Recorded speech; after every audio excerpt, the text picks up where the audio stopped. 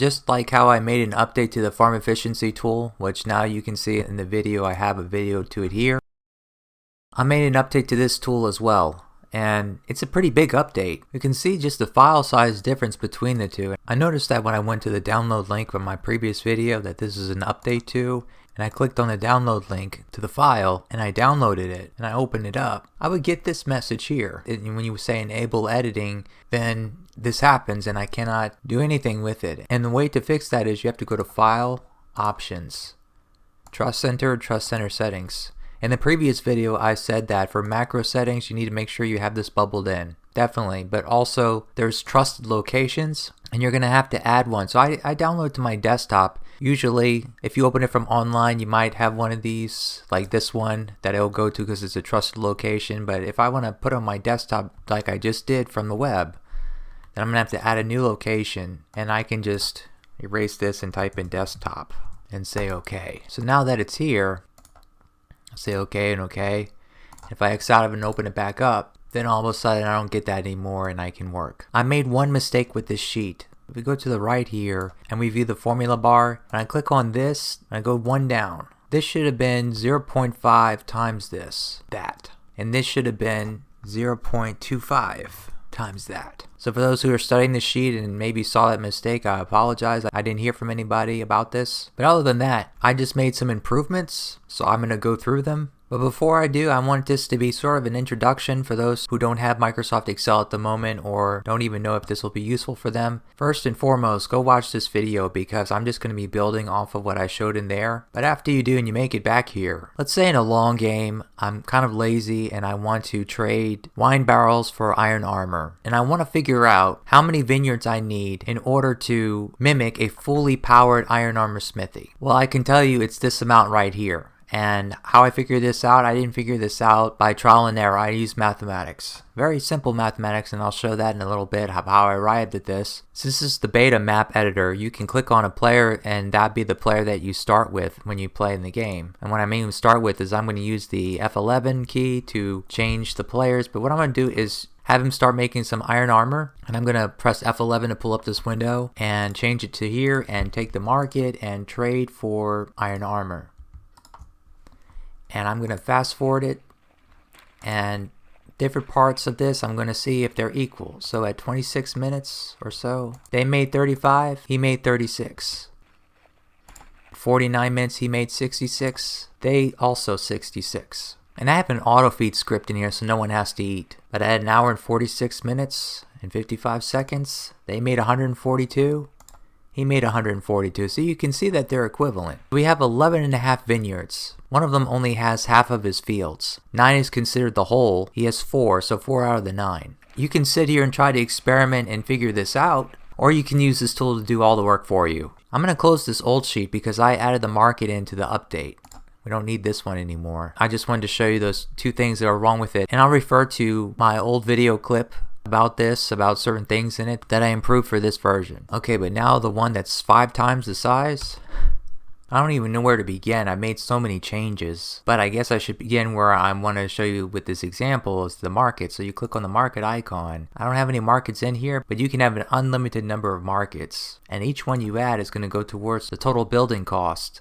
And I'll get to that later. Anyway, I'm going to click on this to go back in here and add a market. And what I want to mention is that this type of market is a market that you're supposed to have running the entire game. This is not a usual market where you're going to be trading a resource every once in a while to balance out your produce, okay? It's for maps where there's no iron, for example, or not enough that you need to trade harvested resources for raw materials. This is a permanent thing that you automate, and it's going to go in the background, like in this video here that I have on the Chinese map Relaxed, how this pretty good Chinese player builds a town like this. Build order is not important, and I'll be talking about build order tool later. That's basically for people who play multiplayer and for those that want to do master building. But for Chinese maps, I mean, that does of course give you a boost. But because the games are so long, you're going to be wanting to do something like this. But what he did is you want to trade harvested resources for mined resources in the long run, right? But anyway, I'll be talking more about the markets and how to use this market sheet later in the video. But now I'm going to get back to the trading wine barrels for iron armor example. I want to trade wine barrels. So it's towards the top of this menu. If I click on this black anywhere, it's going to go up to the top.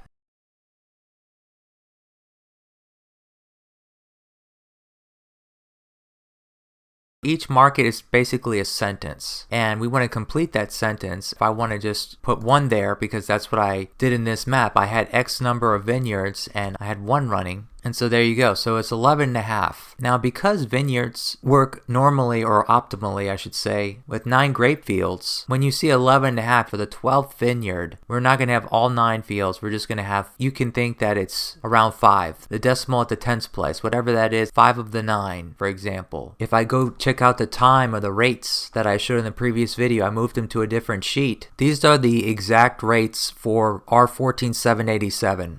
And I know they're exact because I actually wrote a script that I'll talk about a little later on in the video, then explain exactly how I did it and how to use these buttons up here to recalibrate it and get new rates for every version you play if you'd like. It's very easy to do. But the vineyards that I have in that map editor, I tested the efficiency of them, and the number is a little bit less than this, so that means it's more efficient. So anyway, that's why I can get away with having one less grape field, and still all of these does in fact equal one of these. Okay, so that's really about it. You can press the escape key, or you can click on this to go back to the other sheet. In the previous video I showed several examples on how to use this in general. Let's just say that I'm using the left side, they're disconnected or not synced. I call it connected and disconnected now instead of synced, just to make it a little simpler. But you can see here on both sides that I have, well, those were supposed to be 0 because the market is not connected to the left side yet. Like if I click on this, then it's going to be connected, and you can see these light up,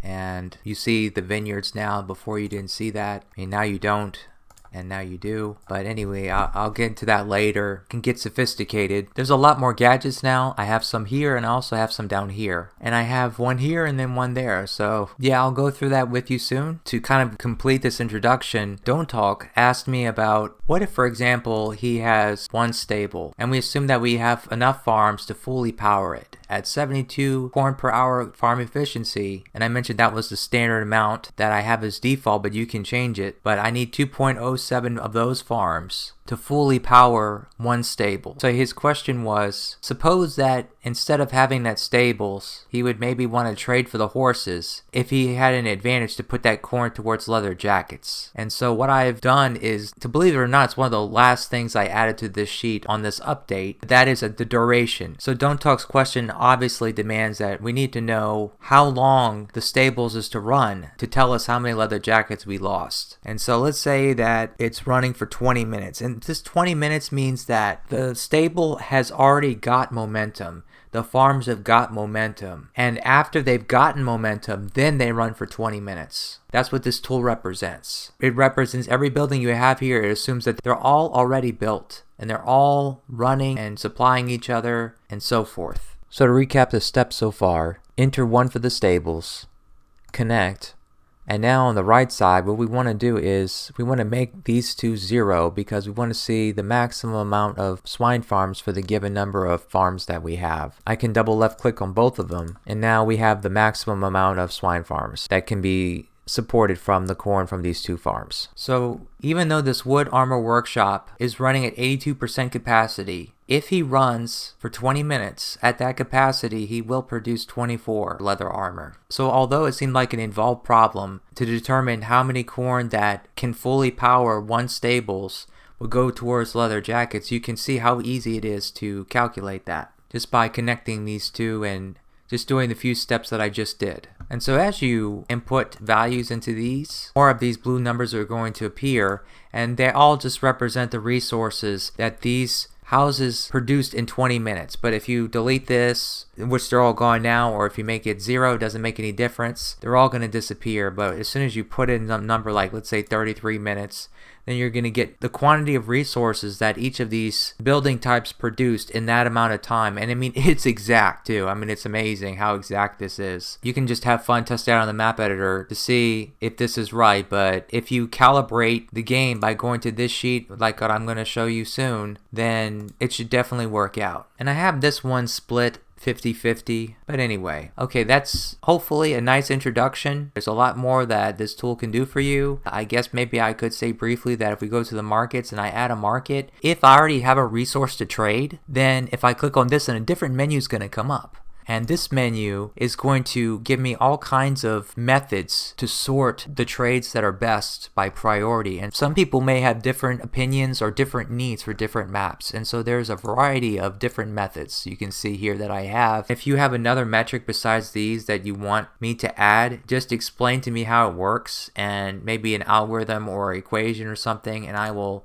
happily put it in here, and it'll be in this drop down list in the next update. So this next part of the video is about me addressing some of the issues with user friendliness. There were some issues, and I believe I fixed most of them. So I'm going to go through them one by one just to kind of get everyone caught up, and then I'll go from there. I do not have the vineyard or the fisherman's because they're not part of a chain. And so you don't really need a tool to tell you how much of those you need if you just played with it just a little bit. As you can see down here, I have the fisherman's, query, and vineyard all added, and this is just strictly because of the market. Otherwise they wouldn't be here. If I would go and make a market and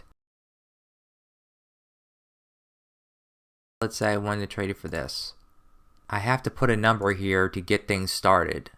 When I go back to the sheet, nothing is showing up right now because I don't have the market connected. But if I connect the market to this side, now all of a sudden we see this number, right? But anyway, yes, the fisherman's, query, and the vineyard are now in because of the market. The armory and workshops, which I call wood armor smithy in my tool, just to make it more consistent with what I named the weaponsmithy and called it wood weaponsmithy.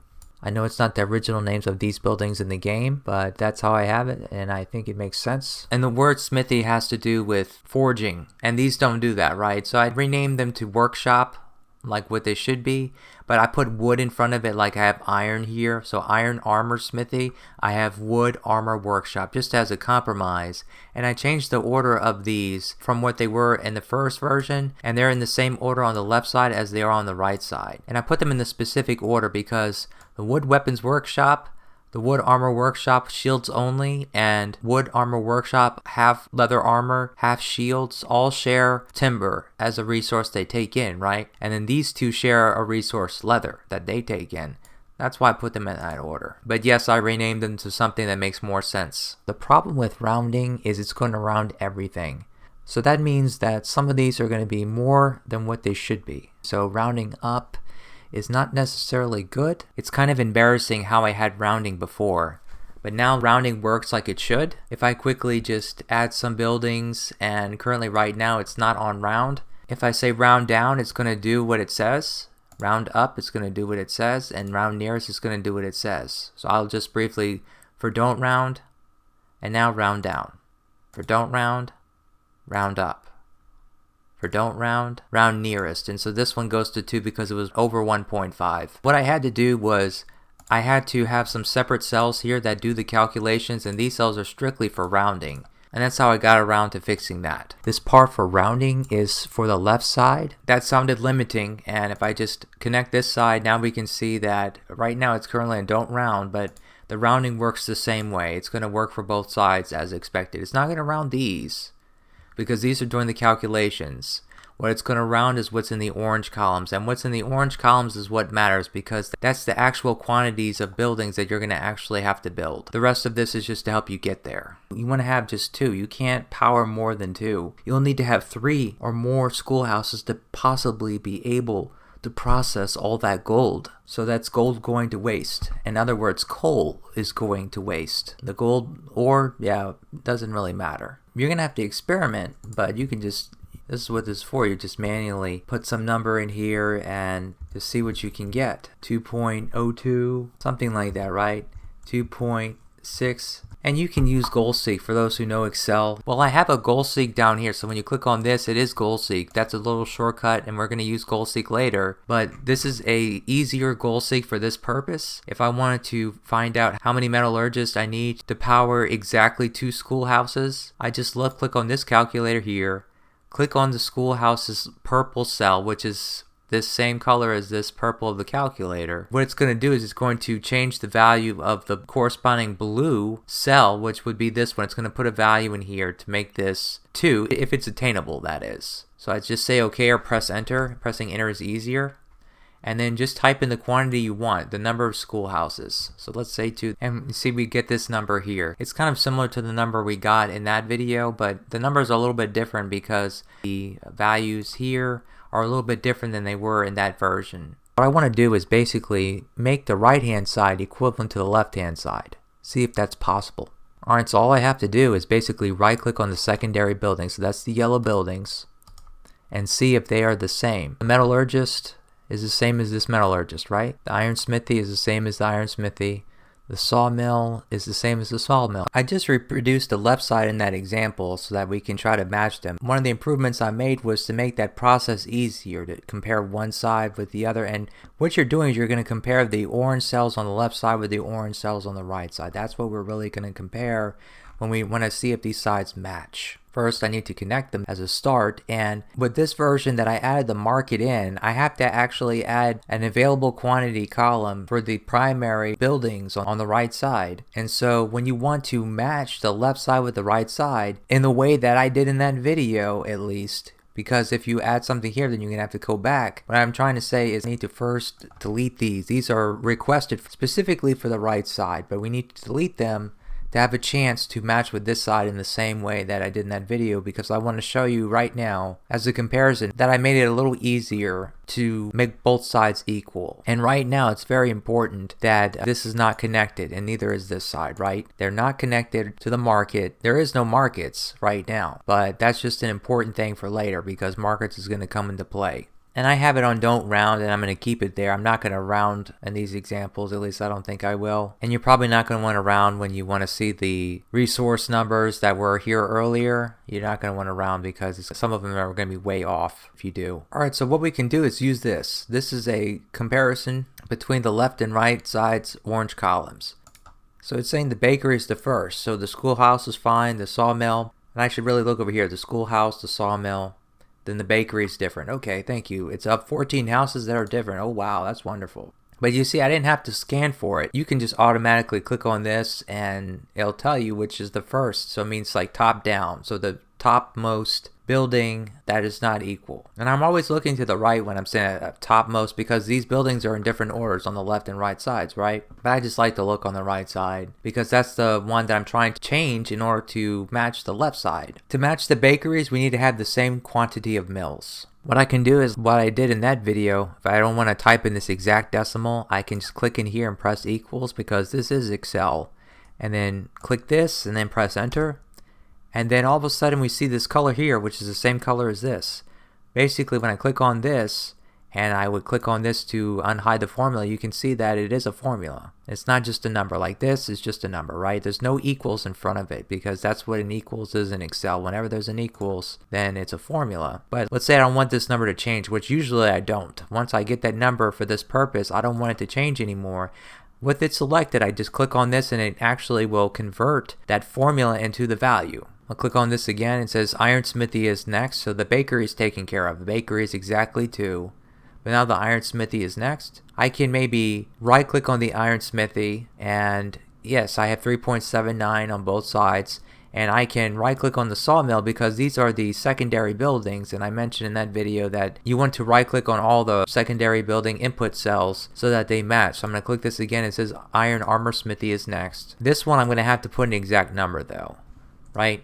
I'm going to have to put in 3, and then it's exactly 2, like it should be, right? It shows up on the right side. I don't need to put it in. If one of them is determined, the other one will be. Then next is stables. I can put in 2 because that's an easy number to type in. Why not? And then for this, it is exactly 3.05, but I click on this again. It says the tannery is the next one, so I go down. So it does help to have this tool, even though it's kind of a different process. But here we have 1.06, and here we have 0.803, and that means change this to 3 because that's what I requested on the left side. And let me go ahead while I'm at it. I'm going to request or put 2 of those. I'm going to double left click on this to make this 0.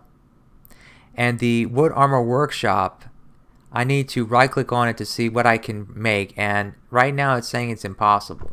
And when it is impossible, just to note, you're going to get this error message when you click on this to compare the sides. But right click on this, it's still impossible. So how about I just maybe delete this and then right click on this and see what it gives me. So you have to right click on all of them, but this time I improved the precision of this solver I wrote so that you only have to right click on each of them one time.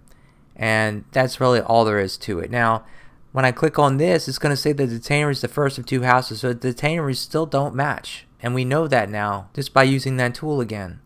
But just like in that example, I have more tannery on this side, so I have some leather left over that I can dedicate to this. And that's actually this value, right? What you can do, instead of saying this equals this and pressing enter, that is a doable thing to do, and you can left click on this and then click this to get rid of the formula and just have this. But a shortcut I made is if you double left click on this, if there is a value here, it's going to put it there for you. So just when you double left click on any of these, if there is a value in one of these input cells here, or if it's like the bakery that there is a value here, or the butcher's, or the schoolhouse, then I'll put the value here for you. But nothing changed on this side with the right clicks, as you saw. That will give you the exact value. The double left click is going to make it 0, so that didn't change. I started with a blank map, and at time 0 until 2 hours and 0 seconds, it ran this number of times. That's how many seconds per run, on average, each of these buildings produce. What I've done is as I showed already, when we go into here, we have these two buttons up here, and I'm going to show you how to use that right now. This is going to enable us to recalibrate these rates, which basically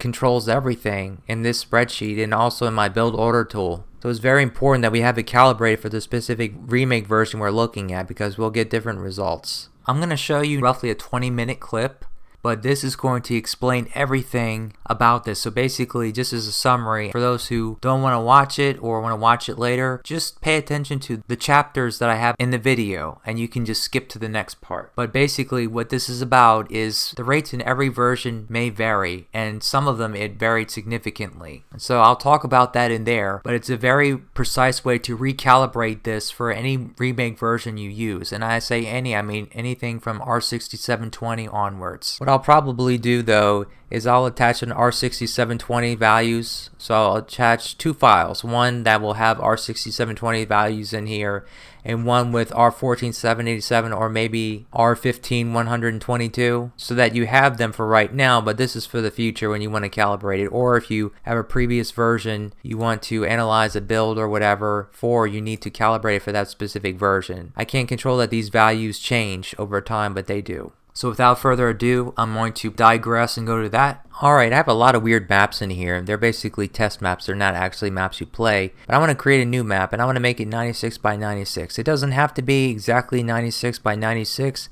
but as long as the width and height are 96 or larger, then it'll be okay. But I'm just going to choose this one.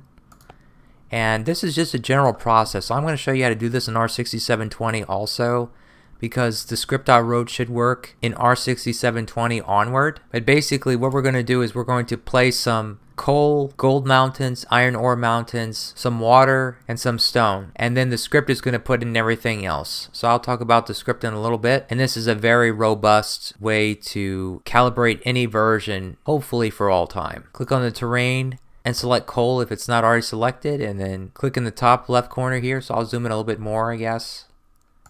Now click the gold mountain, put it right here like this. Then put this one just like that. And then don't move it yet, just go over one, click again. Next, click on the water. And then move this down to size 1 and make this a square brush. In R6720, the water, it doesn't say water like it does here, little caption. So I'll show how it works in R6720 after this. Next step is right here, click the water. Now click on the iron ore mountain and 1, 2, 3, and then down one, and then over here 1, 2, 3. Next, click the stone. That there's one gap right here where the center is, right there. Then click on the tree. Use the scroll on your mouse or just click here and get rock number 9. And 1, 2, 3, skip 1, 1, 2. Finally, click on the person, and then the person again. Put a surf or somebody in the top left, and click a fish, and put that in the center pond here. Now save the map and you're done. I'm going to name the 00 time. I just put a sequence of zeros in front of my test maps or a sequence of Z's or Z to separate my test maps from the maps I actually play. I'm going to do the same thing in R6720, so for those who are bored, you can fast forward a little bit, you'll be able to tell when I'm finished. And the reason why I'm doing this in R6720 is because you can't take a beta map and put it in R6720. And it might be the same vice versa. Okay. Same exact process. It's going to look a little bit different. So that's another reason why I'm showing you in R6720. Not just because of that, but in the beta versions, you can use a script to place these brushes basically for you. Do this work that I'm doing right now. But in R6720, that wasn't available. So right there, and then one over. So it looks a little bit weird, but that's exactly where it should be. And this is the water, even though it doesn't say water, that's the water. And just move it down to size 1. Make it a square, and then put it right here. Then click the iron ore mountain, just like last time. 1, 2, 3, then down 1. Then over here, 1, 2, 3. Then the stone from the center down so that there's one gap. And here, it's not connected like it was last time. But it's correct though, and it has to be this way. It has to be very precise to get a proper timing for the query. And it has to be exactly right there. That's why I'm doing this. Click on the tree, scroll. I think I passed it up. Rock number 9, 1, 2, 3, skip 1, 1, 2. Then finally click on the person, then put a surf in the top left, and then click on a fish and put it in the pond in the center there. And I'm going to save this map. And I already had this map in here because I already did this, but I'm going to save it anyway, overwrite it basically. Alright. So now that I'm done with R6720 and the beta, what I want to do is go back to the spreadsheet tool, and we're going to load in both of them into here. We're going to follow the process that I'm about to show you for both. It's really simple. Just go into here, and now you have to click on the left one. Left first, then right. This is a hint that you're going to get. It's going to tell you what to do. So I'm just going to say, okay, got it. And I'm going to do the beta first. Scroll down and find time, and say okay. This is going to overwrite the existing script. Now that's kind of weird. If we have a new map, why is it going to overwrite something? If I go into the maps folder for this beta and I go into this map, there's a script there of size 0 kilobytes. So that's why it's going to say it will overwrite something, even though it's not anything to be afraid of, okay? Say yes, continue. And it says, okay, great.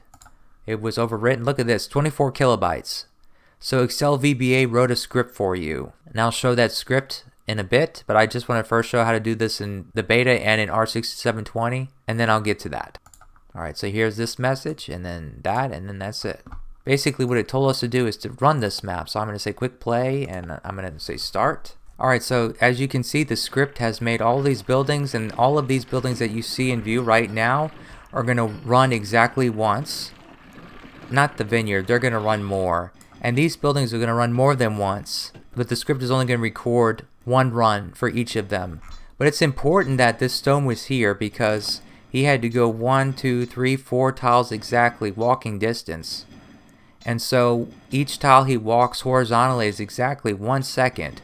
So it's a total of 8 seconds that I need to subtract from the total time it takes him to produce one delivery. And he starts here and goes there, he only has to walk 1 tile. So I'll have to add 2 seconds total for how much he walks 1 trip. But that's why I had to build this exactly the way I did with these rocks here for the fishermen, so that's very precise, and I have this stone here, so it's very precise. That's why I asked you to do it, basically. These are woodcutters that are for analysis of fell only efficiency. I have some plant and fell over here. Right now, they're on plant and fell, and they're on plant and fell because, interestingly, I could not have a script in R6720 that would place trees that they would actually chop.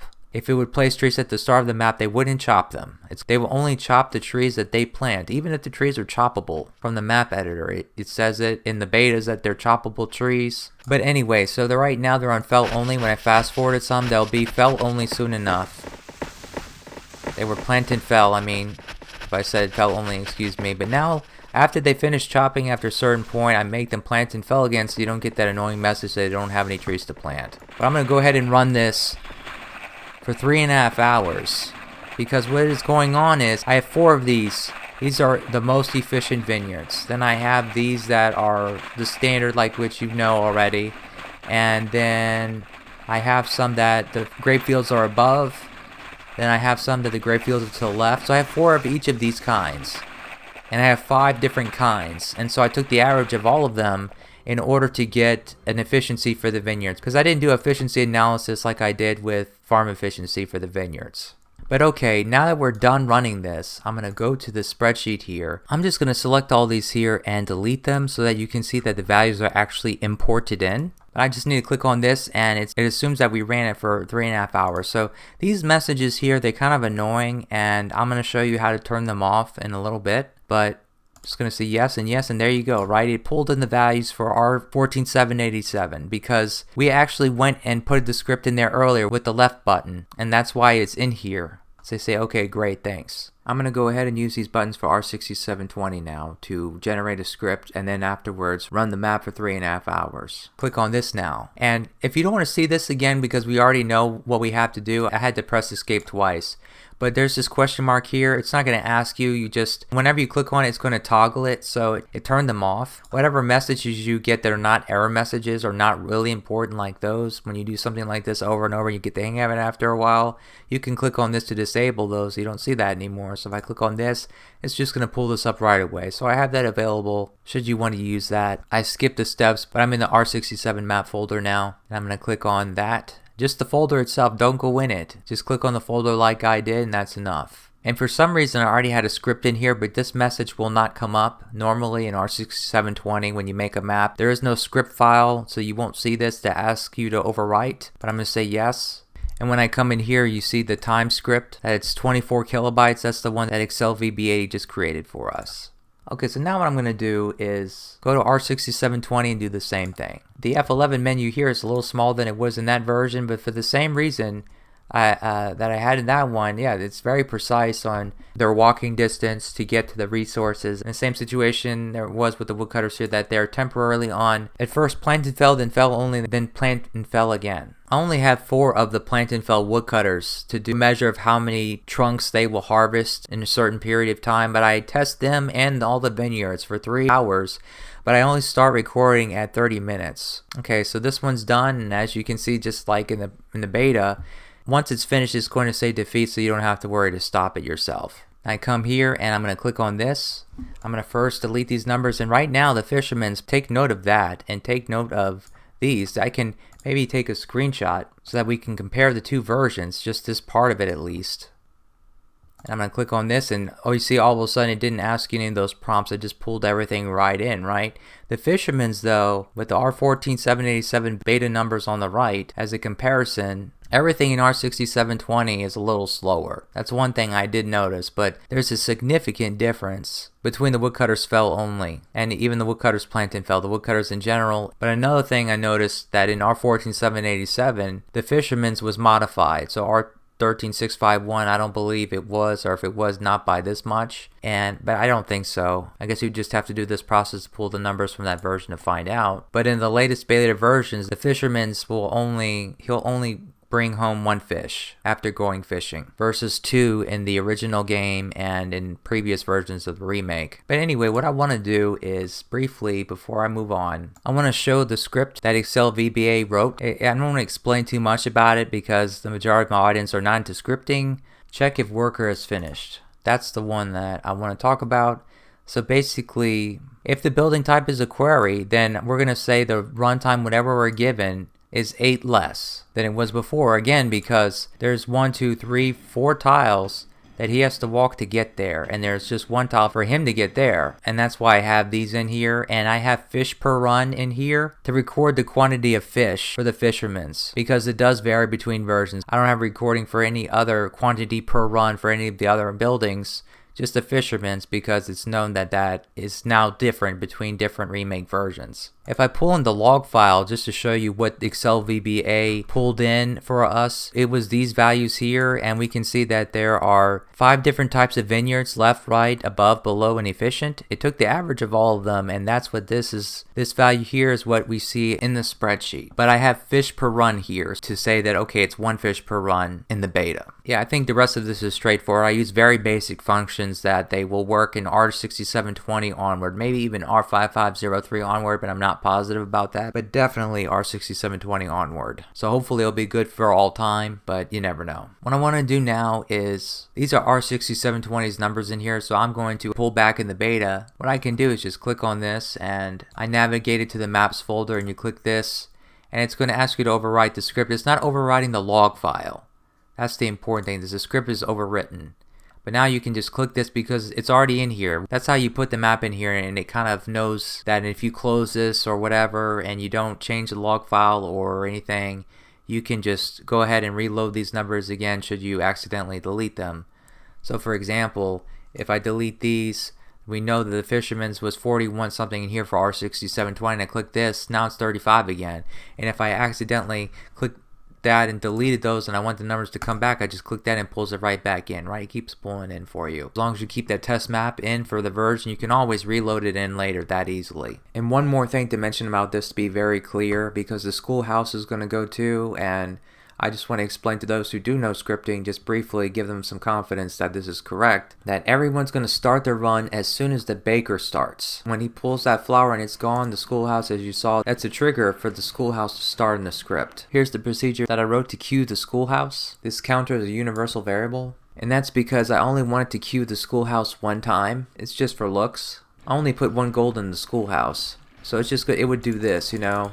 And instead of it doing that, it just one Serf. So that's why I have this weird code here. But in OnTick, this line of code right here is the one that calls that procedure with the counter that queues the schoolhouse. The house at 4227, that's actually the bakery. I at first used this code to generate script code in the log file, which I then manually converted into a static array like this. But if you search it through, you'll match the coordinates for the house type. And the lookup tables page in Ray Scripting API, we scroll down, the index for house type bakery is 7, and so that's here. I only had one of them, and I said earlier that the coordinate was 42, so 42, 27. And the index for resource type flower is 11, and so that's, it counts the number of flower in the building, and then it's going to trigger the schoolhouse. But I guess what I said earlier, that the bakery triggers everyone else to run at the same time, it's not really true.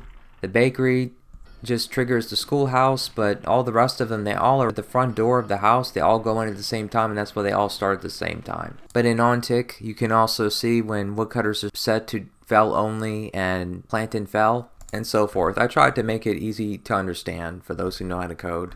But again, for those who do know how to code, you can comment these out and uncomment these and run the script and look to the log file to get code that, well, you have to delete these from the start of each of these lines. And here I actually wrote a regular expression search and replace to get rid of those easily. And the shortcut key for me is Alt-C.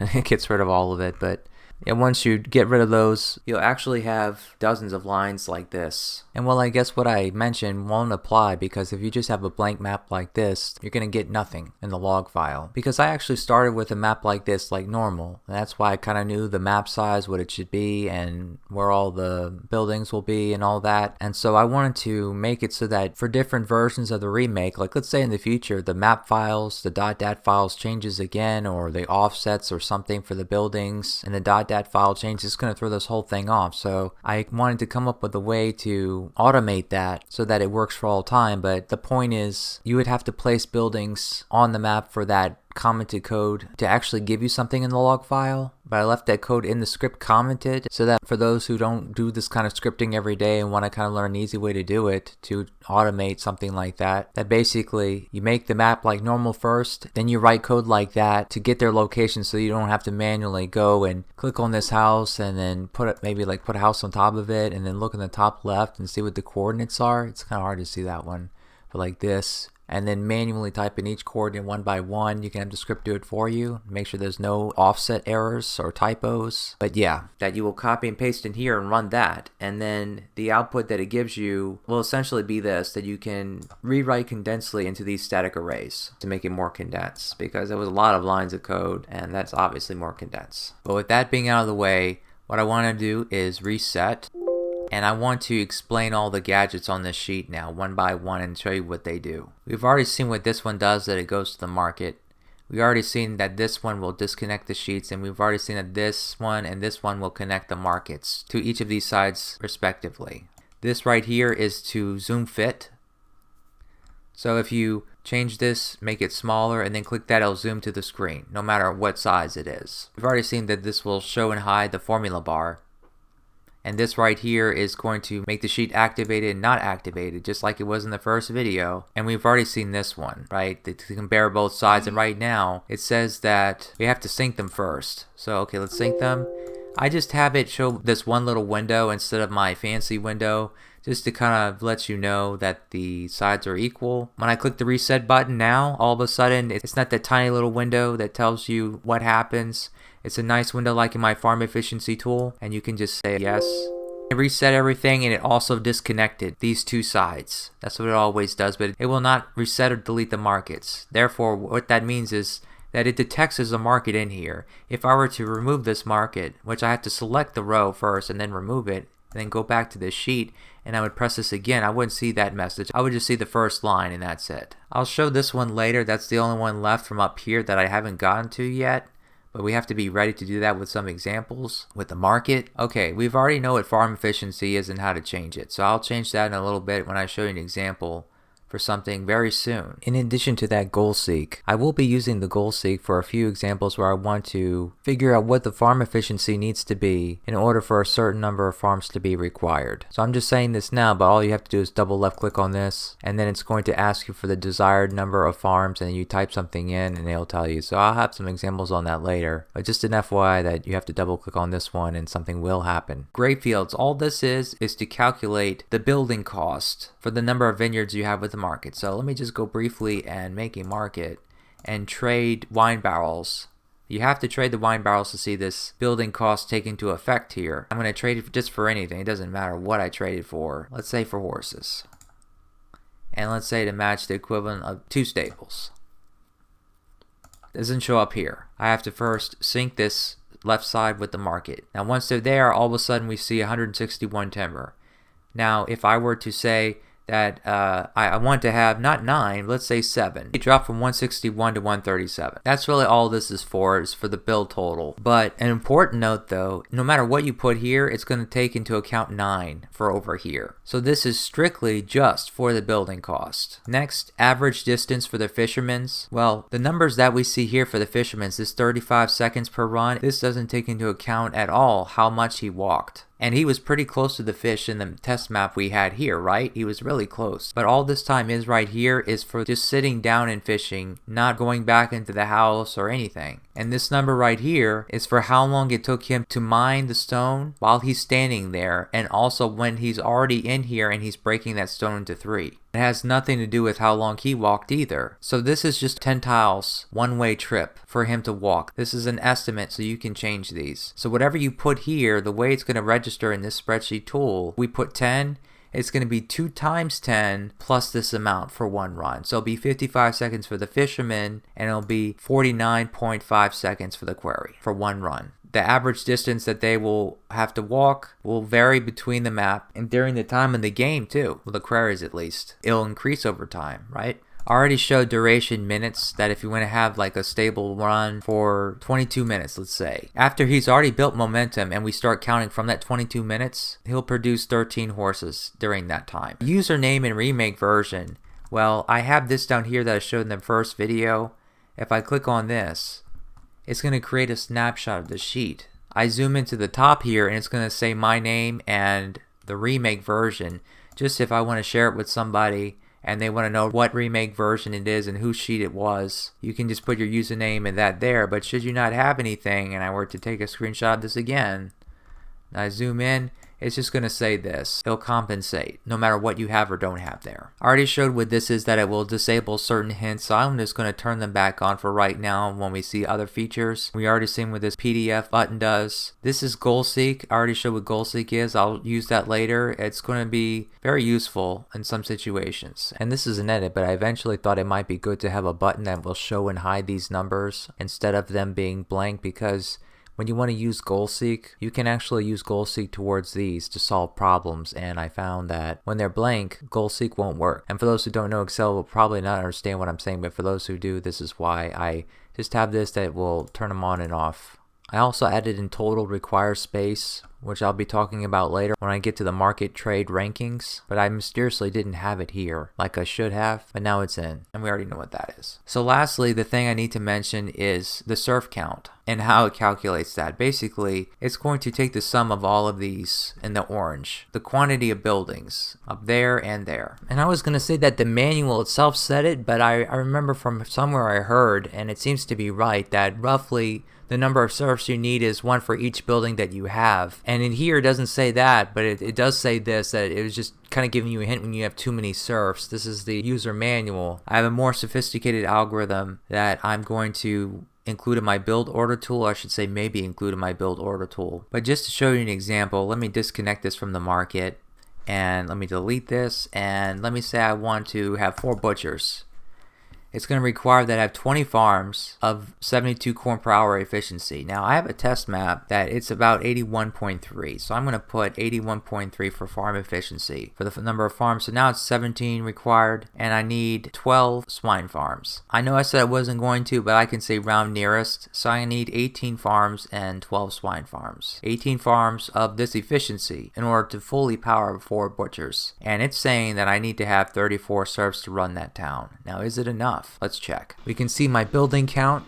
I have 18 farms. I have 12 swine farms. And that's the thing, it's just to watch that they all are fully powered, right? There's no doubt about that. There's always a pig in here when he's working, you know, pretty much, right? They're powered, and the main thing is to watch that there's no buildup. No buildup of sausages in here. That all the sausage that can be made will be made. There's no surplus of them in the buildings, basically. And all I needed for a serf count for that was 33. But if I take away just 1 serf and I run it again, at 1 hour you can see this butcher, he can't process anything more. He has to wait for them to take it out. So that actually is a little bit of a loss.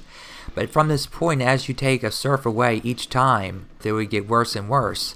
So 33 I found was the bare minimum to have this village run most efficiently just for these particular buildings and this particular farm efficiency everything. So 34 was a very good estimate for when you have 4 butchers, and all I did was, like I said, I didn't do anything fancy. I just did that. So the number of serfs equal to the number of buildings is really true. If like you're finished building, that's a reasonable amount to have, I would think. I have an entirely different map here for 4 iron armor smithies. So let me change this number to 4 instead, and see, it says I need 17 serfs. I have 1 less than what it's saying, so let's see if that's enough. What I'm looking for is question marks. I want to see question marks from these guys, at least every once in a while, that I know that I have a little bit extra, and I'm not seeing any. And there's a little bit of buildup in the coal mines too. Everyone's keeping up and nothing extra is being stored here, so this quantity of buildings seems to be a good ratio. Just to briefly digress, it's saying I only need 7 coal mines and I have 8, but if I were to not round anymore, I need a little bit more than 7. And 3.5 iron mines, that's why I have 4 and 8. And I need roughly 3 iron smithies. So that's why I have this ratio here, and it seems to be doing okay. But I'm not seeing any question marks, and like I said, I'm seeing a little bit of buildup in the coal mines. It's probably not enough, especially when people go eat and all that, and if you're building, it won't be enough. But just adding 1 more. Now I'm seeing idle serfs every once in a while. Yeah, several question marks now, right? And no buildup at all in the coal mines. So that's how the serf count works. Now I want to analyze the market. Let's say that we want to select a resource to trade. This is the default order that resources are going to be in. And to get to this, you can left click or right click on this cell, and the same for the other side to get to the other menu for when you want to select the resource to trade for or to obtain from the trade. So you're going to left or right click on these cells to bring up that menu. And click means left or right click. Once you right click or left click on one of these, then this is going to say add resource. Like if I get out of this and I come back in and I click the green, nothing's going to happen. I have to actually check one before I can exit from that way. If I want to cancel, I want to get out, just press cancel. And another thing you can do to get out though is the escape key. So if I press escape, now all of a sudden it gets out of the menu. So that's a shortcut key I have assigned to this.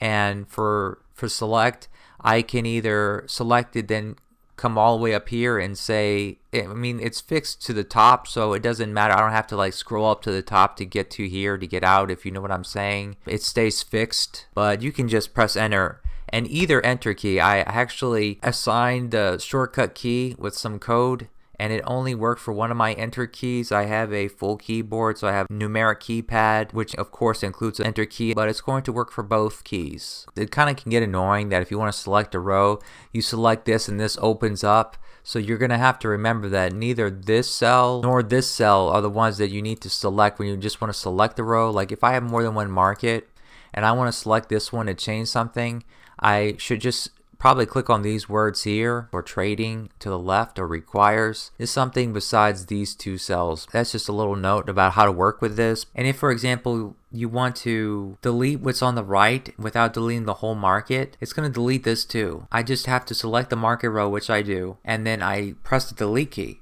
as it says here, and then it's going to delete the quantity, or I should say reset it and delete that, and the building's image that goes with this resource. If you have multiple markets and you want to arrow up, if you go past the top one, it's going to loop down and go to the bottom, and vice versa, so it's user friendly in that way. And as I said earlier, you can have an unlimited amount of markets. Let's say that instead of trading for horses, let's trade for iron ore. Based on timber cost, for example, it's going to take 6 timber to build enough gold mines to be equivalent to 1 iron mine.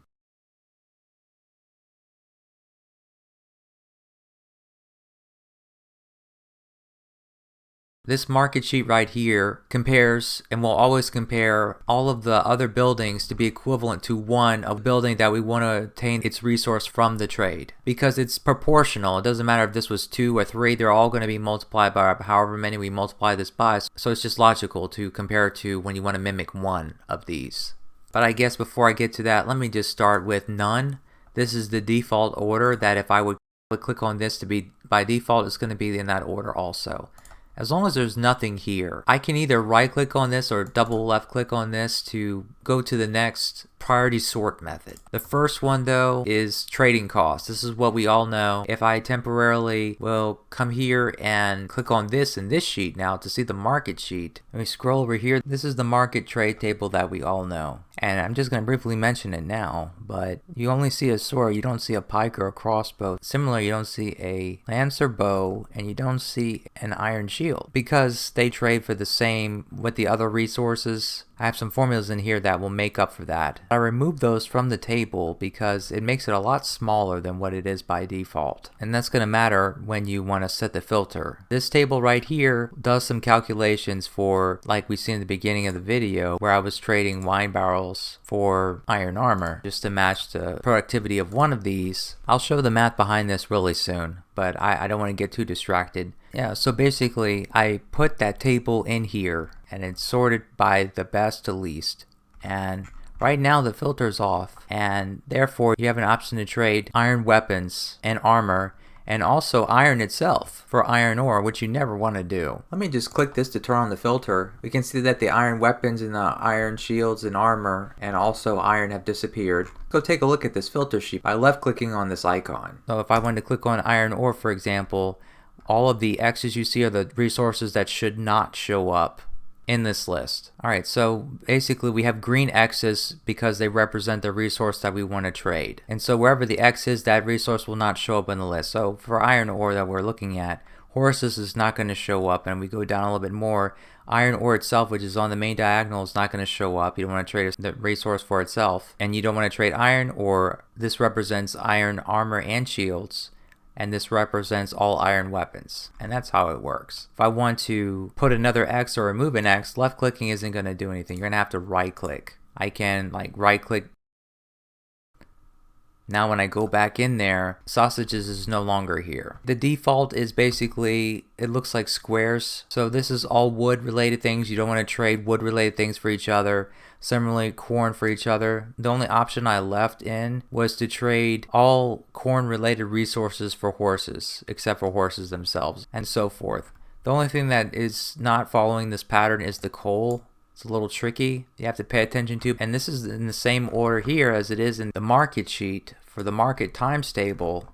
And I put in that order there, but it seemed to really work out for this filter that I made afterwards. But here, like for example, what does this square represent? It means I don't want to trade, and it's not like you should, it's just the default that it's assumed that you don't want to trade food products for food products, basically. And the same for here, right? I don't want to trade wine barrels for pigs. I don't want to trade wine barrels for sausages, fish for pigs, fish for sausages. And the same thing over here. We know we can't trade wine barrels for wine barrels. That's already X'd out by default. It's on the diagonal, but then we have these other two that are X'd out. A few other things to mention about this is that should you want to put X's in bulk or remove X's in bulk, like if I select all this, I right click, it will remove them all.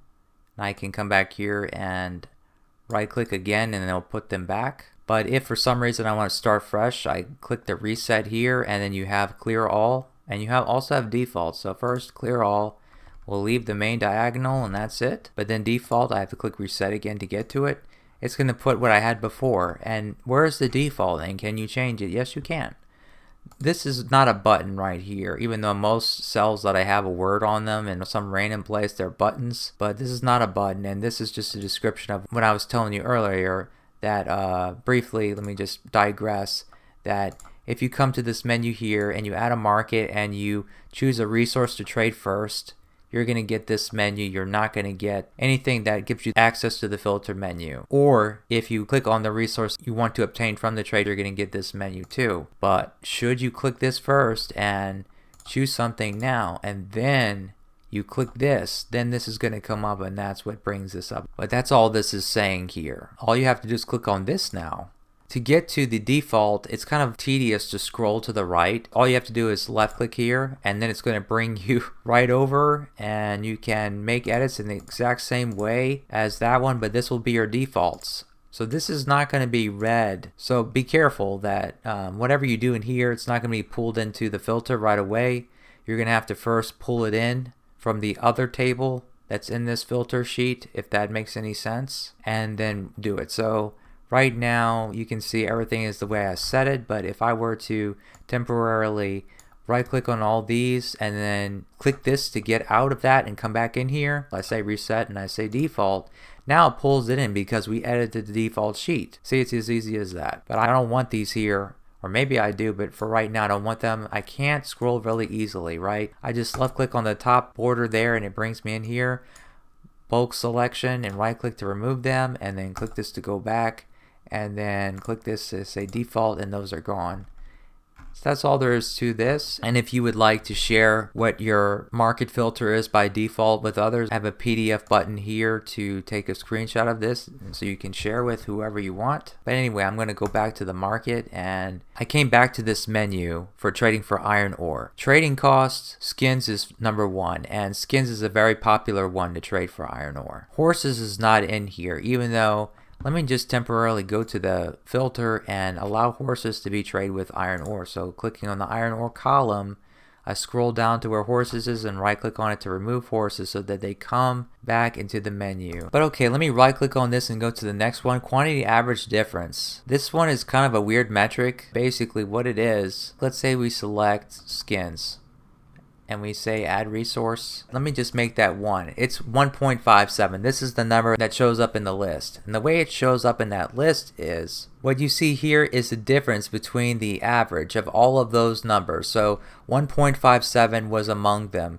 But when you average up all of those for each of these resources, like if I would select lances and I would choose that, this 1.02. And if I go back and I select another one, this fish 2.86 and so forth, that when I consider taking the average of all of those and then taking the absolute value difference between each of those and the average, so it's not standard deviation or variance because it has nothing to do with squares of any numbers, but that gave these numbers that you see here. And based off of this metric, if you want to call it that, it put skins on top.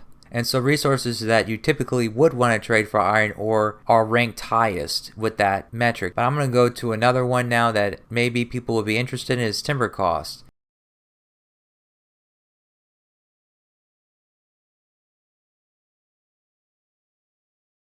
It costs 6 timber to trade gold ore for iron ore. So basically, if we would select this one and we would say add resource, it takes 2 gold mines, right? That's why it's 6 total timber. This is an easy example though, because this is not really part of a chain regarding trading for this. And what I mean by that is if we come down to skins, for example, it's going to consider building cost of timber for the swine farm, which is 1.57 swine farms, as well as all of the buildings that come before it in the chain. So if we click on this, it's the 1.57. So I'm going to briefly digress and show that. We got that 15 point whatever. Let me go back now to the main sheet here, and I'm going to use this button now, finally. This is going to get a value from the market sheet and put in this sheet. So I click on this, and it shows you this message, but I'm just going to select on the input cell or one of these scratch paper cells. So I have these cells down here for you to do calculations, and I'll be using it off and on for the remainder of this video, but I can just click that I want to put the 1.57 whatever it is here. So I just click on the 1.57 and I can press enter or OK, either one, and it puts it there. Okay, so what I want to do is use the goal seek. I want to find out how many farms I need for 1.574025934 swine farms. And how I can do that is I have that number, and that's important to have the number, but I need to use goal seek now to choose like this building right here that uses skins, or I could choose a butcher's. It really doesn't matter, because when I change a number here, then the number of swine farms and farms is going to change, right? So you can use goal seek to keep changing numbers here until this becomes 1.57. But until I can actually have this number in my hands, which I do now, so I can copy this. I press Control C to copy, or you can right click and copy that number so it's on the clipboard. And what I'm going to do is click on goal seek. I want to set cell this one, the swine farm. It can be swine farm P, and I'll change the butchers because this is swine farm P, which stands for swine farm pig. And I'm going to Control V to paste it in here. I'm going to say by changing cell, and I'm going to scroll up to the butchers and press enter twice. Click OK when it's done. And there you go. That's the exact number of farms that we need for that number of swine farms. If I use this scratch paper cell, I say equals this number of farms times 4, because they cost 4 wood each, right? Then plus 4 for 4 timber times the number of swine farms. And that gives me 15.49723471. That's the exact same number, right? So this is literally the number of timber costs for the entire chain.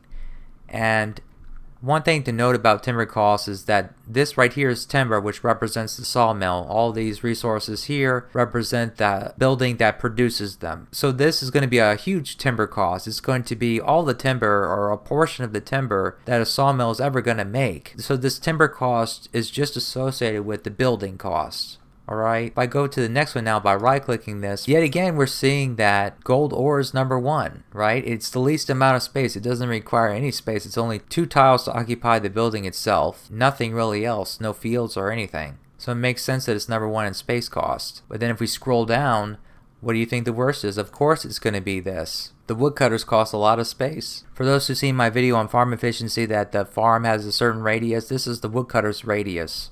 Realistically speaking, we can't allot this much space to the woodcutters every time, but maybe everything inside of this rectangle, including the rectangle itself. All the red you see here is overlap on the blue. If we would count all of these red and dark blue that's inside of the rectangle, I just wrote a little script in VBA that when I can just select around here, it's going to count the number of red and dark blue tiles to get the total amount of tiles that he occupies, but we're going to have to add 6 to it. See, if I just select here just to show that that is the red, it counts that as one tile or cell that has red.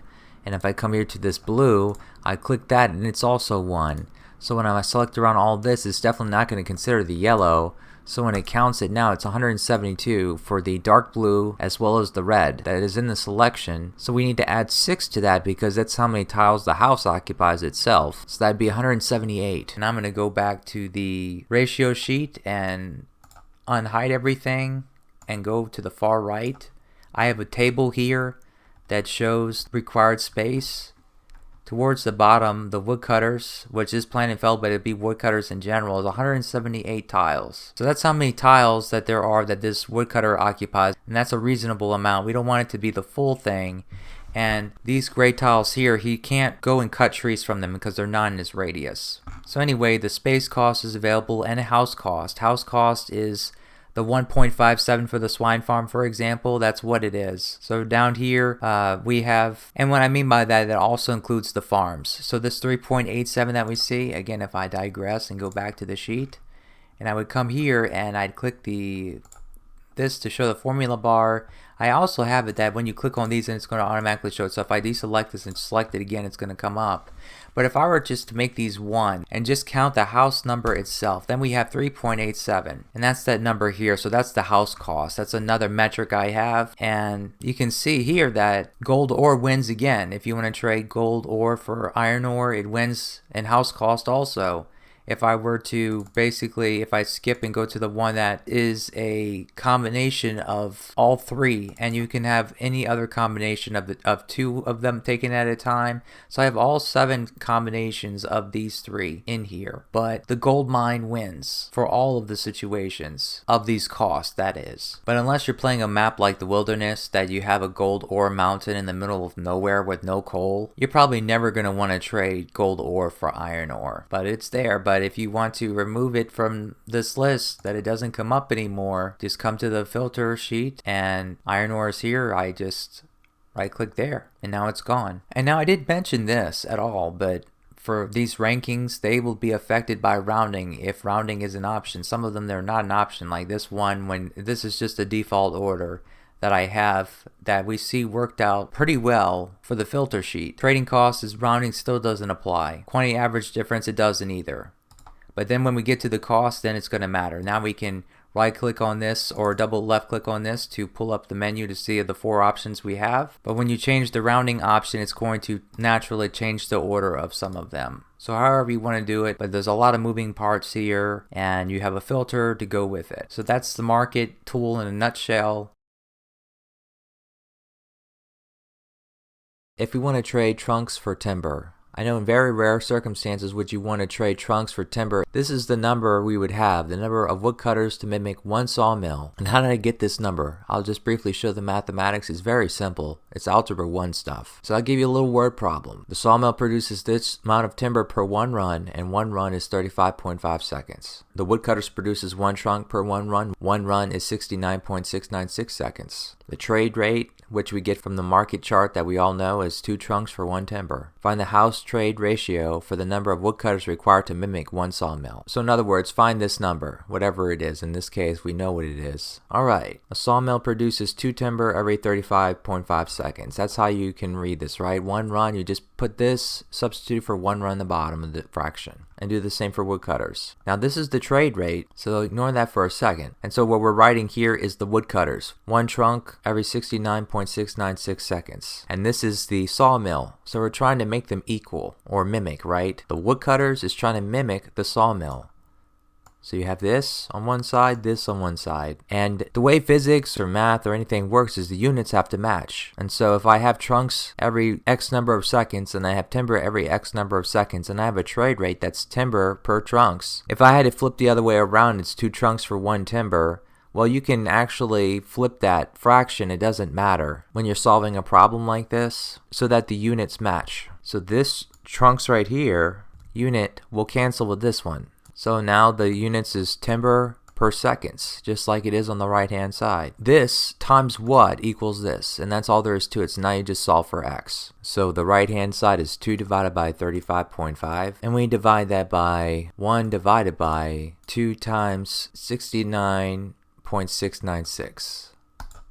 And that's the 7.85 that we see here. So in general, if we would abbreviate quantity per run with QPR and seconds per run with SPR, then X, which is the number of woodcutters to mimic 1 sawmill with the market, is equal to this, which is equal to that. So we can flip the fraction, and this is the equation. But to generalize, it would be something like this, right? Because we just think of the resource to obtain versus the resource to trade. And that's all there is to this. Having this formula on the side, along with the original example that started this video off to get this 11.53, well, this is the calculation. The trade rate is 9 wine barrels to 1 iron armor or iron shields. So the 9 is the trade rate, and then there's the fractions. I get these numbers from the timesheet, and we get 11.53. And you have to be careful because these ones are not always going to be 1s. This 1 here is the quantity per run of resource to obtain. So that's the number of iron armor or iron shields that the iron armor smithy produces in 1 run. So that's 1, of course. So it'll be 1 for most buildings. And then this 1 right here will be the number of wine barrels that the vineyard produces in 1 run. So it's 1. So for example, this will be 3 for butchers if this was the butcher's time, or 3 for the quarry, 2 for the sawmill, 2 for the tannery, 2 for the fisherman's in most versions of the remake so far, 2 for gold from the metallurgist, and so forth. If I just make this 2 instead, all I have to do is multiply this by whatever quantity I want. So I'm going to get,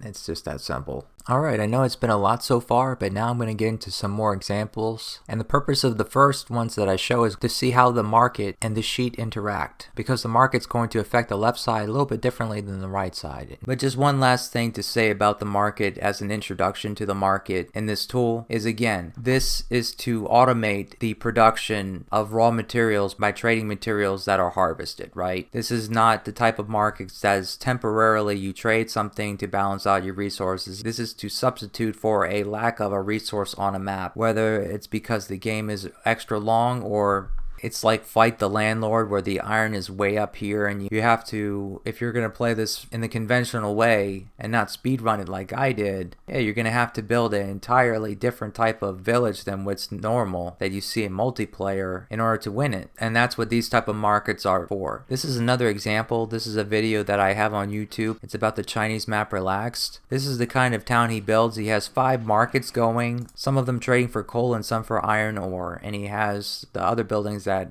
will process that, but that's how he's doing things. And that's what this is really all about, is you can become really good at playing Chinese maps, for example, by using a tool like this. But now I'm going to show you a way that it can be used to balance out things permanently should you have a limit to the number of raw material buildings that you can actually build for a map for a specific amount of time at least. Let's say that I want to make 2 stables, 2 bakeries, 3 iron armor smithies, 2 iron weapon smithies, and 2 schoolhouses. Basically go for knights. And I see I have a requirement of 12.44 coal mines. Well, what I can do is try to make that 12 even. I need 5.86 farms, so I'm going to have to build 6 farms. Is it possible that the extra corn I have can be traded for the coal so that the coal is even, and then therefore, even though I have extra corn, it won't be going to waste? And this is with 81.3 farm efficiency. Okay, this is not normal. Usually you'll need more farms than this to power 2 stables and 2 bakeries. But let's go ahead and see. I want to grab this number and put in the market sheet, and I haven't shown you how to do that yet. I want to trade corn for coal. So coal's down here. And the way I have this is that raw materials and iron weapons and all that's towards the end.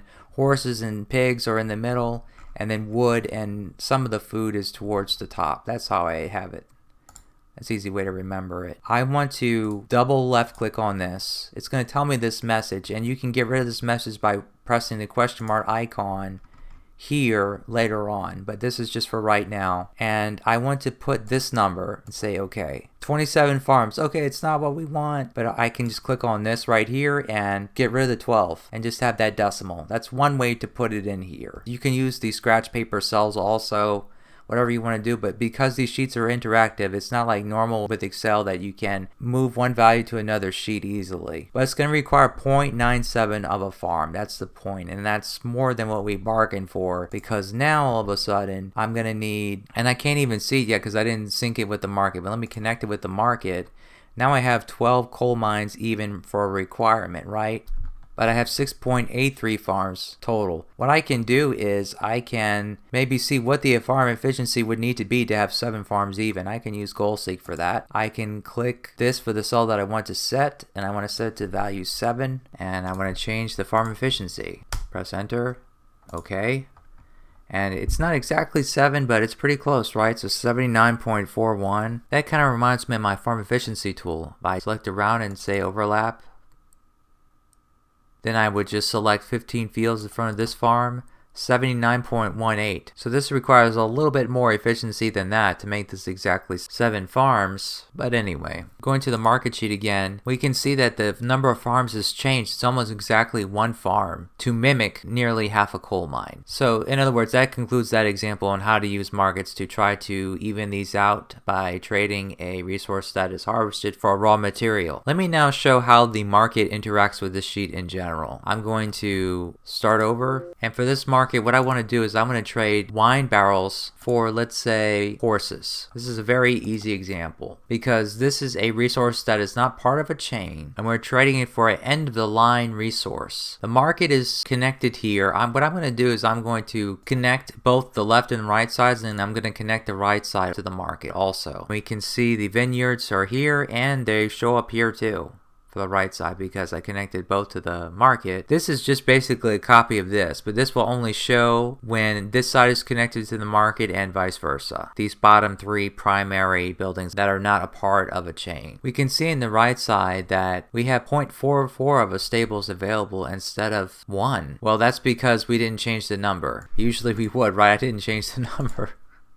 Yeah, let's try to make it 1 stable. So now we're seeing that 1 stables is available, but we don't have to build it. That's all this example is really about, is if we're trading for this resource, then we don't have to build that building, but it's available for us. Equivalent example is if we trade instead for horses, we trade for, let's say, gold. We go back, we can see it there, right? It's available there, and we don't need any coal or gold ore anywhere. All right, now, what about I would convert this market to trade for gold ore instead? What would happen then? In the left half of the sheet, no gold ore is showing up because we don't have any schoolhouses here for a need, for one thing. But in the right half, we can see it, that it's available. And again, we don't have to build it because it's already supplied by vineyards, which we do have to build. So it's a little bit more sophisticated of an example because now I can use this towards making gold, right? If I either put 1 coal mine here, for example, it won't be exactly 1 and 1 necessarily, right? But if I put something for a coal mine, so now all of a sudden I have availability of 1 coal mine. Nothing is showing up on the left side because no matter what I request on the right side, it's never going to show up on the left when we connect. That's not how I put the sheet together. I have it that the right sheet is going to pull from the left sheet. Let's assume now that we want to make the maximum number of metallurgists, which it should be this, because coal is available, so other coal buildings would be available if iron was available, but it's not.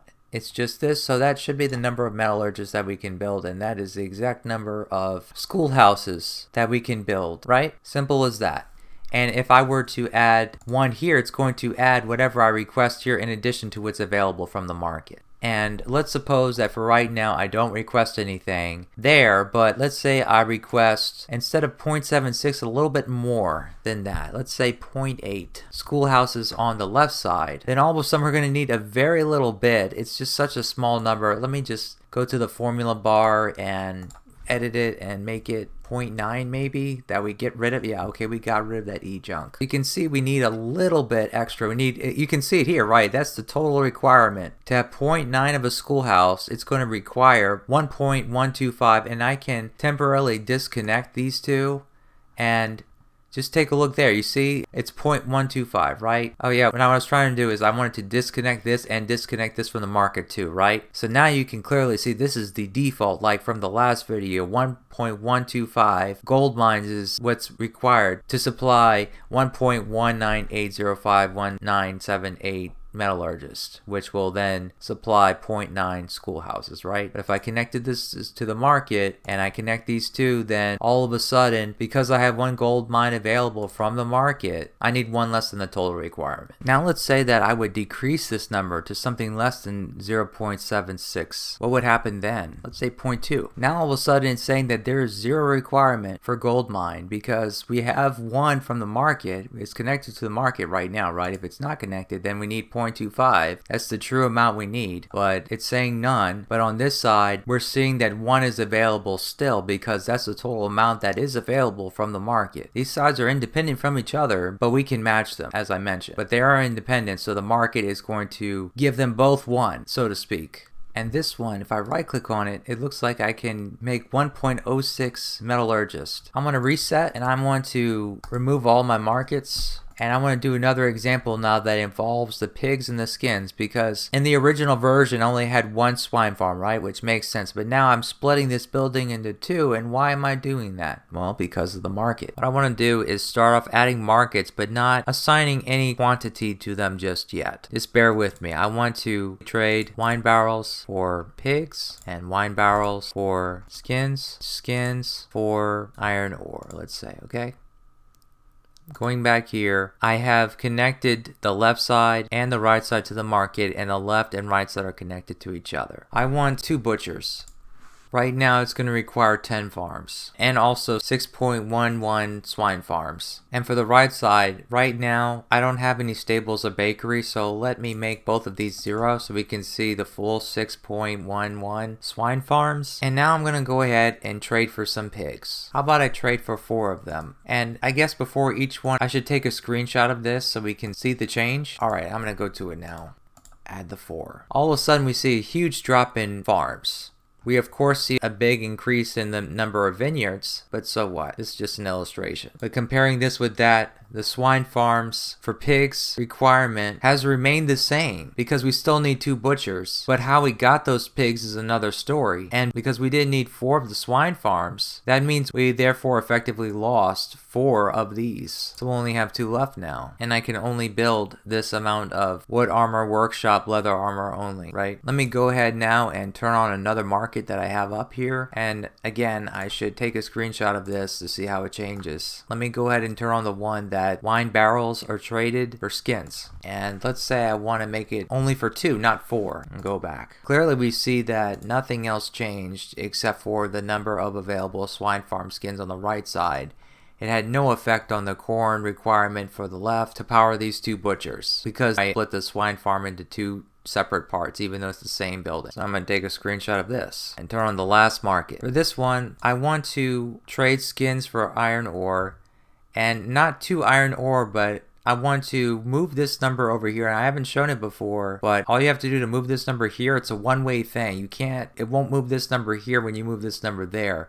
It's going to recalculate what this number should be when this becomes 2. So right click it and moves it over there just so that I have a deficit of exactly 2 swine farms to make it easy, right? Come over here. We can see that, right? I have all of a sudden 2 less here. I still have the same number of required farms. And I now have the iron ore, of course, which I don't have to build. But interestingly though, what the market is saying is that I have to build a vineyard. You see the building on the far right? That's the one you have to build. So the first 2 saying I have to build vineyards. But then the last one is saying I have to build a swine farm S. I have to build 2 of them. Previously, we only had to build 2 of them because we're getting 2 from one of the markets. And we had to build 2, which requires this amount of corn because we needed a total of 6 pig swine farms to power 2 butchers. And so what it actually did was this 2 swine farm S's you're seeing here, that's from the left side. The 2 that we got from this middle market, we lost because of the third market that went towards the iron ore. So therefore, these 2 markets canceled each other out. So one of the reasons why I wanted to show an example like this was just to show the pigs and skins, how they're separate, how you can treat them separate at least. We have 4 more swine farm P's than S's because in the first market we traded for 4 P's, but the 2 S's here canceled each other out, so there was no interference at all with the market with the S's because we had to make 2 S's here because we had to make 2 P's to make it a total of 6. So we have those 2 S's here, but the problem is with the markets now we have a redundancy because does it really take 7.56 vineyards to trade for, because that's what it ultimately comes down to, right? 1.27 iron mines? Not really. We can go ahead and check that right now. But if I wanted to trade for iron ore and I have to manually type it in. So I can click right here. Because I can't double click because it's going to go to the other sheet, I can click the formula bar and copy this value and then click here and paste it. So you can see there, that's the actual number of wine barrels we need. If I come here temporarily, I have more iron ores than what I need, but I want to make sure everything else stays the same. That when I go ahead and I delete these markets, I'm just going to make them 0. But if I remove these markets essentially, so then now I have a total of 18 instead of 22 required vineyards to be built that I have the same of everything else. And I do, right? And the iron mines is back to where it was. And yeah, I have 18. So that's just something that in the market sheet, I could write a little program to eliminate the redundancies like this in the future should it come to this. I don't know how much people will use this tool for that purpose, but considering that you can have any number of markets, this might become an issue, and I can write a program to simplify that out for you. There's no reason to even have these markets. I can click on the top one and it'll move like that, so I just have these 2 left to contribute to what we have here, and I can right click on this and then double left click on this to try to match the two sides, and now they're matched. And if you open the sheet and you look at the rows, there's an orange row here for the swine farm S. There's really no data for it because in the weights, the swine farm S cannot compete with the swine farm P. It's the same building, they both get the corn, but that's kind of why I have that in orange, because it's there, but it makes no sense to include it. But we have to split up the swine farm for the market, especially if we want to trade, not trade for skins or pigs, but to trade skins or pigs for something else. We had to do in the market, and if we wanted that to reflect in this sheet, we needed to split it up in this sheet to be able to receive from the market, so to speak. This is something I need to mention, that when you are trading the same resource for two or more different resources, the serfs in the market in the game, they're going to treat each market equally. So you're not going to get this proportion where 15.1 of the vineyards are going to be trading for pigs and 3.78 of them are going to be trading for the iron ore. So therefore I'd have to make this another resource, you know. But that's just something worth mentioning in here, that this doesn't represent the game in that one respect. Otherwise, it seems to do pretty well. It represents what the game does otherwise. But just for illustrative purposes, I'll go ahead and let me just add this again and trade it also for coal. So you see, I mean, if you had an equal amount of each of these for different resources, then yes, that represents the game just fine. If you were to make these all equal. For example, if I were to copy this number, I can't paste it here because this is a formula that won't work. But if I paste it here, then I come back. Even though I had a circular reference, it's gone now because this sheet is going to convert whatever formula is here into a value, so we're okay. I can now right click on it to move it to that side. I can have that number of coal mines. That's a decent amount of coal mines for the number of iron mines, right? So it's not a bad choice. If I were to make this therefore also 3.78, another way I can do this without doing what I did that it caused a circular reference is to go back to this sheet, scroll down to one of my scratch paper cells and have it selected. Use this to go grab from the, so I'm going to select this cell and then go grab from here, get that value, put it here. I know it's kind of a lot of steps, but now you go back to the market, click this, well, double left click on this and go get this. Now right click this to put this there. Yeah, it seemed like if I would trade for one pig, then these will all be equal, and therefore if you have 3 markets and you're trading for each of them, then this would be legal. This would match the game. I go back now, I'm going to have a lot more farms required than 3, right? Because I have 3 swine farms to feed now. This next example is a classic one. How about we try to see what it takes to balance these two, where we have one of each, but we have something extra that we trade with the market indefinitely in order to essentially make this guy as fast as this guy. I want 1 iron armor smithy and 1 weapon smithy. Well, actually no, because if I would want that, then the yield, let's say for 20 minutes, would be, he would make 32 pikes, let's say, and he would make 26 iron armor. In order for them to be equal, what I can do is I can say this is equal to, and this is something I never mentioned before, but in Excel you can have what's called named ranges, and so therefore you can type in this, you can type in time, iron armor. If I just press enter right now, even though this is not what I want all the way, that's how many seconds per run he has. If I go down here and click the time, and go down here, we can see that. So it's just referring to that cell in that other sheet. I click here and I click the formula bar to finish this off. I can just maybe copy this and say divided by iron and then put weapon here. Weapon smithy. Because the iron armor smithy is more seconds per run than the iron weapon smithy. So now we have the proper ratio, right? You can see right here that they both will produce an equal amount. So I'll hide this now, we don't need it right now. So therefore this is the actual ratio we want to start with, and we want to make this one, but we need to therefore use a market to make 0.2416 repeating worth of iron armor. I can just go ahead and do that right now. I'm going to go add a market. Let's go ahead and select iron armor first. Now let's go see what's a reasonable resource to trade for it. This is the metric where it's basically a combination of all 3 of the costs. And flour looks good. We want to match the productivity of. I'm going to double left click on this to get this value from this cell. And it's more than what we want. We don't want to do the whole thing. I can show the function bar and just click here and press the backspace to remove that. Remember, the delete key is for this, so you have to use backspace to delete. But anyway, that's what we need. We need 1.37 mils for this. Now 1.37 mils seems to be just some random number. So how about we go back and maybe see if we can put some of that flour towards bread, so we don't have a total loss here and it makes it more realistic. Right now I don't have this connected with the market, but I'll temporarily connect it, and this side connected to the market alone won't show anything. I need to actually connect both sides and then connect the right side to the market too. If I make the iron weaponsmithy 1, I right click on this one, it didn't show this number here like it normally does, but this is something you have to do. You have to right click on this to get the full amount, but it's saying that I can make the full 1.24, and that's because from the left side it's showing that we have to build this number of coal mines and iron mines, and the sides are synced, so this much is actually available here, right? So before I deal with the flour, I can just try to degrease this to 1, and now right click on this again.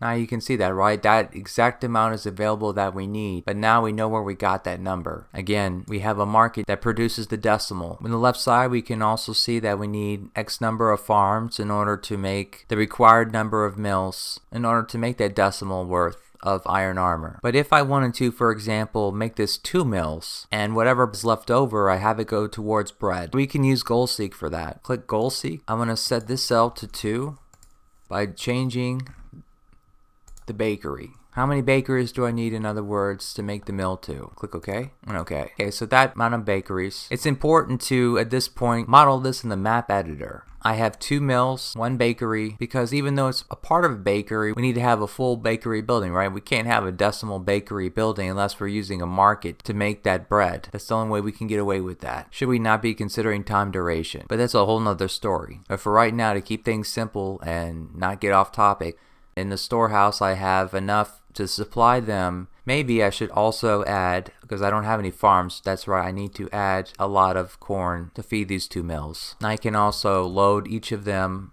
at the start with corn. Not that it really matters, because we're going to be fast forwarding this, and this guy's going to be ahead of him at first, but eventually he's going to catch up with their help. At least that's what we're hoping. But the objective is to see if the bakery gets all the flour he wants, and then whatever's left over goes to the market, and not that the market gets equal access to the flour, so it's split 50-50, but we're going to see. But in order for us to see that, we need to consider time to see how much bread is made by the baker. So therefore, I'm going to click on this number here, and yeah, this is good. Duration of 20 minutes, where I had it before to get the 1.24 ratio. Just to verify it, we used the name ranges to actually get the ratio, right? Independent of that. That just kind of confirmed that it was correct. Here we go.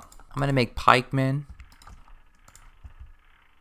or, well, the resources for them, not everything, not the recruits. I'm going to go ahead and set the market up for what we want, and I'm going to wait until he gets his first bread and start counting 20 minutes from that point. So at 1 minute 36 seconds, that's when he gets his first flour. So at 21 minutes 30 seconds, we're going to stop it and see how many loaves are in the storehouse to see what percentage of this baker was actually used. If it is equal to 56 or anything close to it, then we know that it was pretty much a full bakery, and the game will distribute the flour not equally between the market and the bakery, but it will prioritize in sending as much flour as possible to the bakery, and whatever's left over it will send to the market. So I'm going to fast forward this to 21 minutes and 36 seconds. We're at 21 minutes right now, and it's 56 loaves. And although it's not important, we can see that the iron armor is still behind. It's pretty close still. It's not what it would normally be. The difference between the pikes and the iron armor would be greater than 3 at this point. I'm just going to go to 20. Yeah,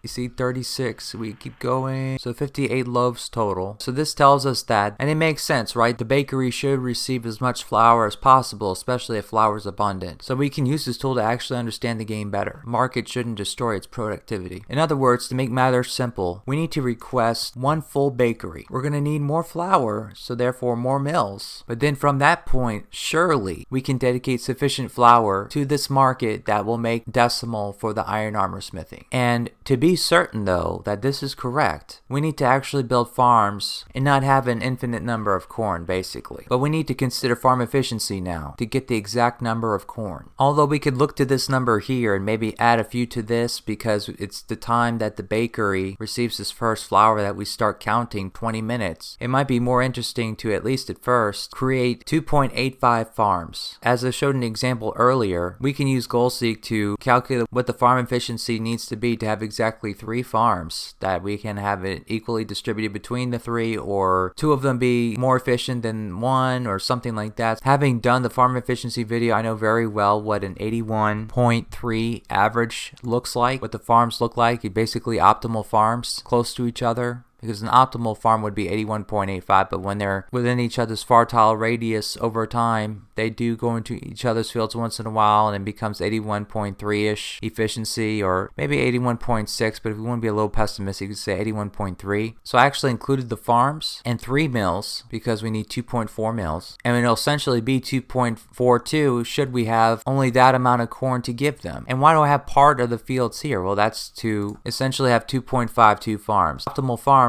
which these 2 are, require 16 fields. Therefore, we go down here to our scratch paper cell just to show you how I got that number of fields. If I say equals 16 times parentheses, and I'm going to say this minus 2, because this minus 2 is the decimal from here. I need 8.47 fields, and I have 8 fields here, and I can put it maybe right here. And I have the fields this way because an optimal farm for the right, or I should say connected from the right like this one is, would be like this, for example. So I want to have the fields where they would normally be, but just take away 7 of them. And I guess really it doesn't really matter which fields you choose. I can just make things simple, and it'd be more desirable to have something like this for actual building. And well, that's 8. Let me add one more, 9. And I remove the corn from the storehouse. So let's run this thing and see if he will eventually catch up with him. We no longer need to pay attention to the number of loaves. That was just to determine what percentage of the bakery actually ran, or in other words, if the game will prioritize him with the flour and just give what's left over to the market. But now, according to this theory, he'll have all the flour he wants, and there'll be enough flour left for the market that he should become as fast as him. Let's go ahead and test that out. I'm just going to make pikes and iron armor and set the market to trade the leftover flour for iron armor, and I'm going to click on the storehouse and just run it, and we're going to pay attention to these numbers here.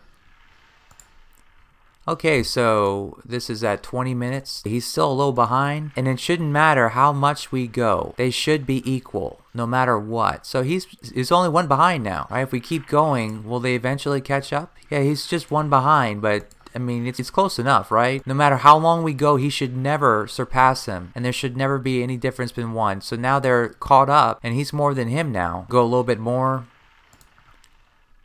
Now they're equal again.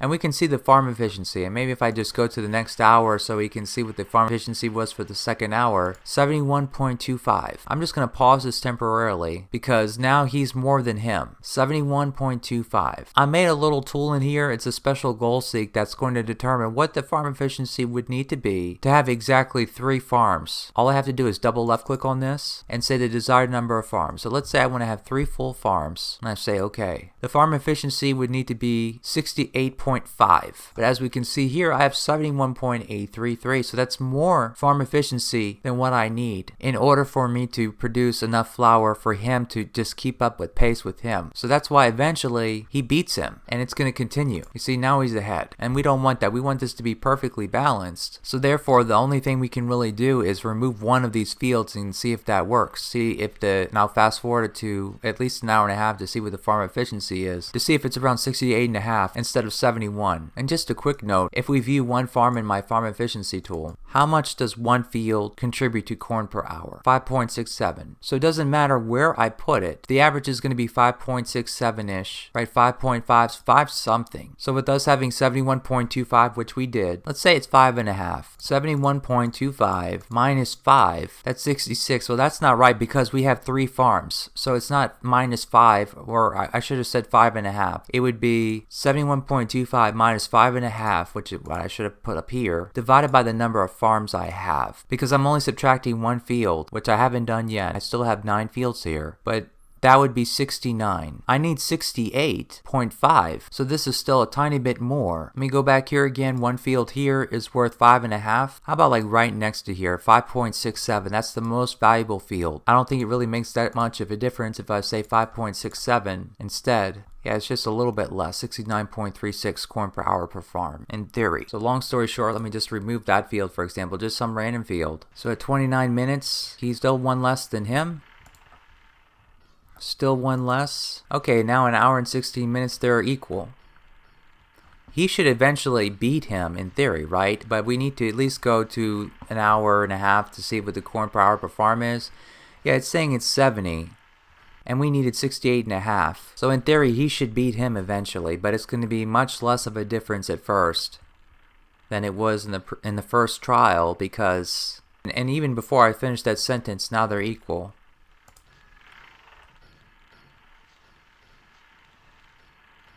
I'm going to go to when we see a second hour's worth for farm efficiency.